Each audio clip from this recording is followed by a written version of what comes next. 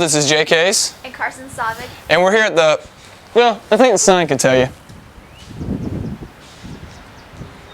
And this is where we'll be hosting today. So let's go into our next segment, the Bulldog Minute, with your boy Garrett and Tyler.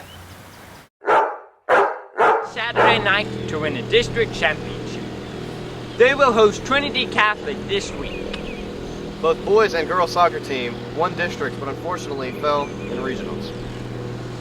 All right, that's all we have for you this week. Check us out next week for a brand new Bulldog Minute.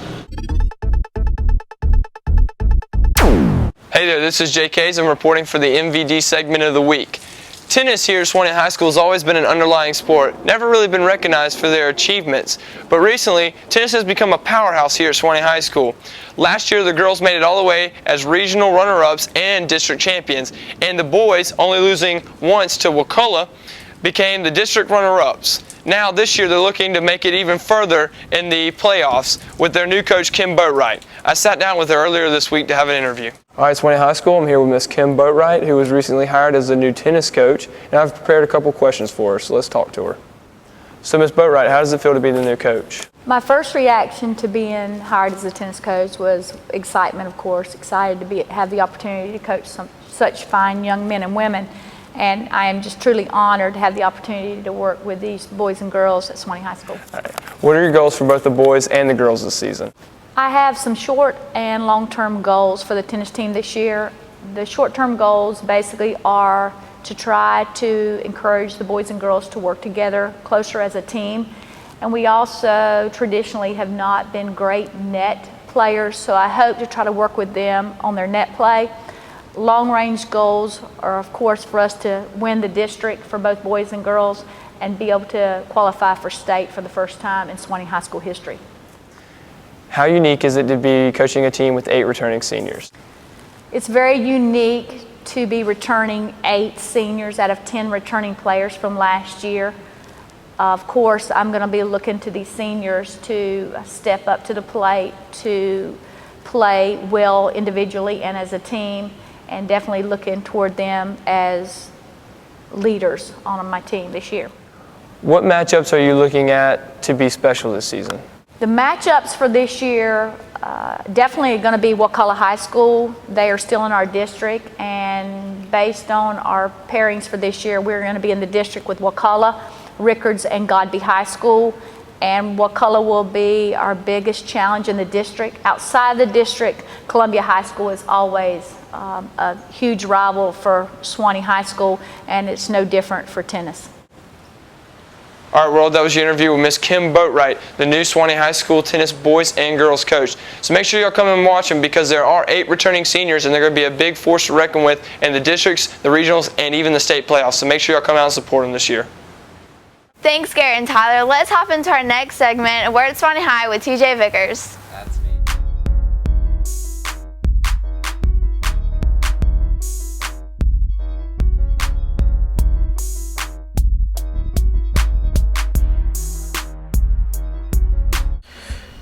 Now coming to the stage, the internet sensations themselves, TJ Vickers and Raphael Ratchet Holmes. What's up, world? Tag Team Internet Sensation here. We're here to ensure that our show is like. Now I'm going to count down my top 5 Word at Swanee High videos. Seeing this is my last appearance on Word at Swanee High, I'm going to jump to number 5, which was the fair piece. I learned that the fair is not just about rides, but about unity in the community. Case, but it's not all about that. Swanee County Fair is about unity in the community. So that being said, let's go in this fair.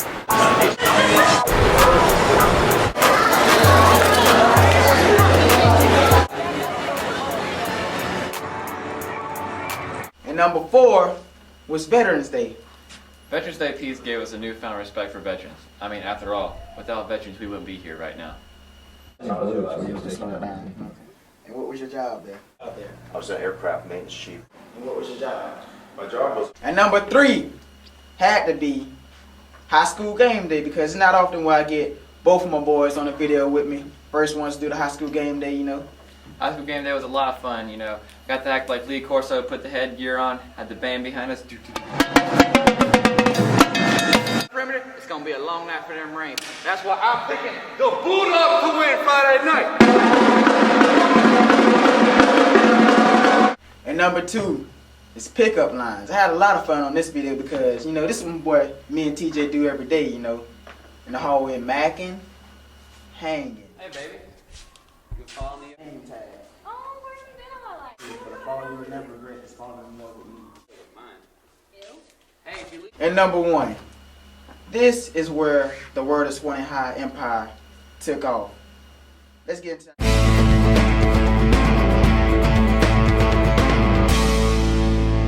All right, Swanee High School, let's go to our next segment. The profile of the week.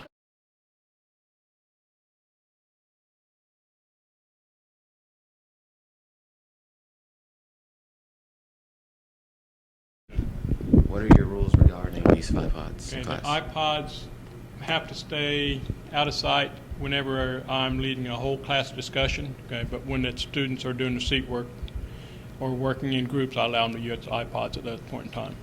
Okay, and I would say in terms of behavior, they seem to be a little bit more willing to actually sit down and do the seat work if I have them doing seat work, okay. It has become a little bit of a distraction in some cases where if I have them working with partners, sometimes they'll want to start sharing music instead of paying attention to what's going on with the task at hand.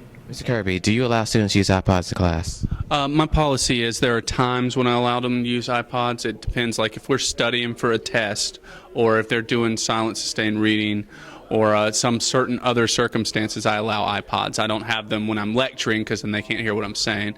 So it really depends. I found that a lot of people, when they have music on, can concentrate better on what they're studying. I know that's true for myself. So since I have the ability to let them use them when they're doing certain things like going over flashcards or doing some of the games they use in class like Quiz Trade where they're going back and forth and trying to study things, I try to let them use them in those circumstances. Okay, let's go to the In the Know with Marcus.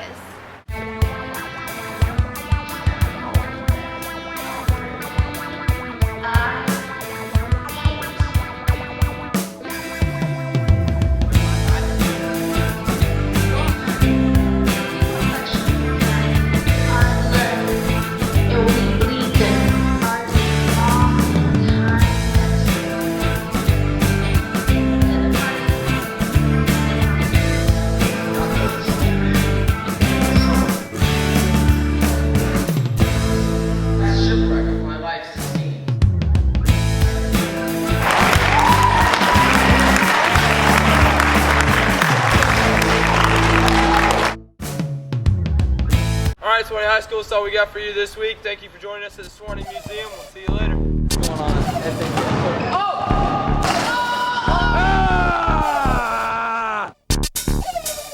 You really want this right here? You want to make it big? Come on, get it. Excuse me. Yes. You're still on for open mic night tonight at Chuck E. Cheese. With who? MC Hammer. MC Hammer. I like to encourage Raphael because he thinks he can sing, but singing just isn't for everyone.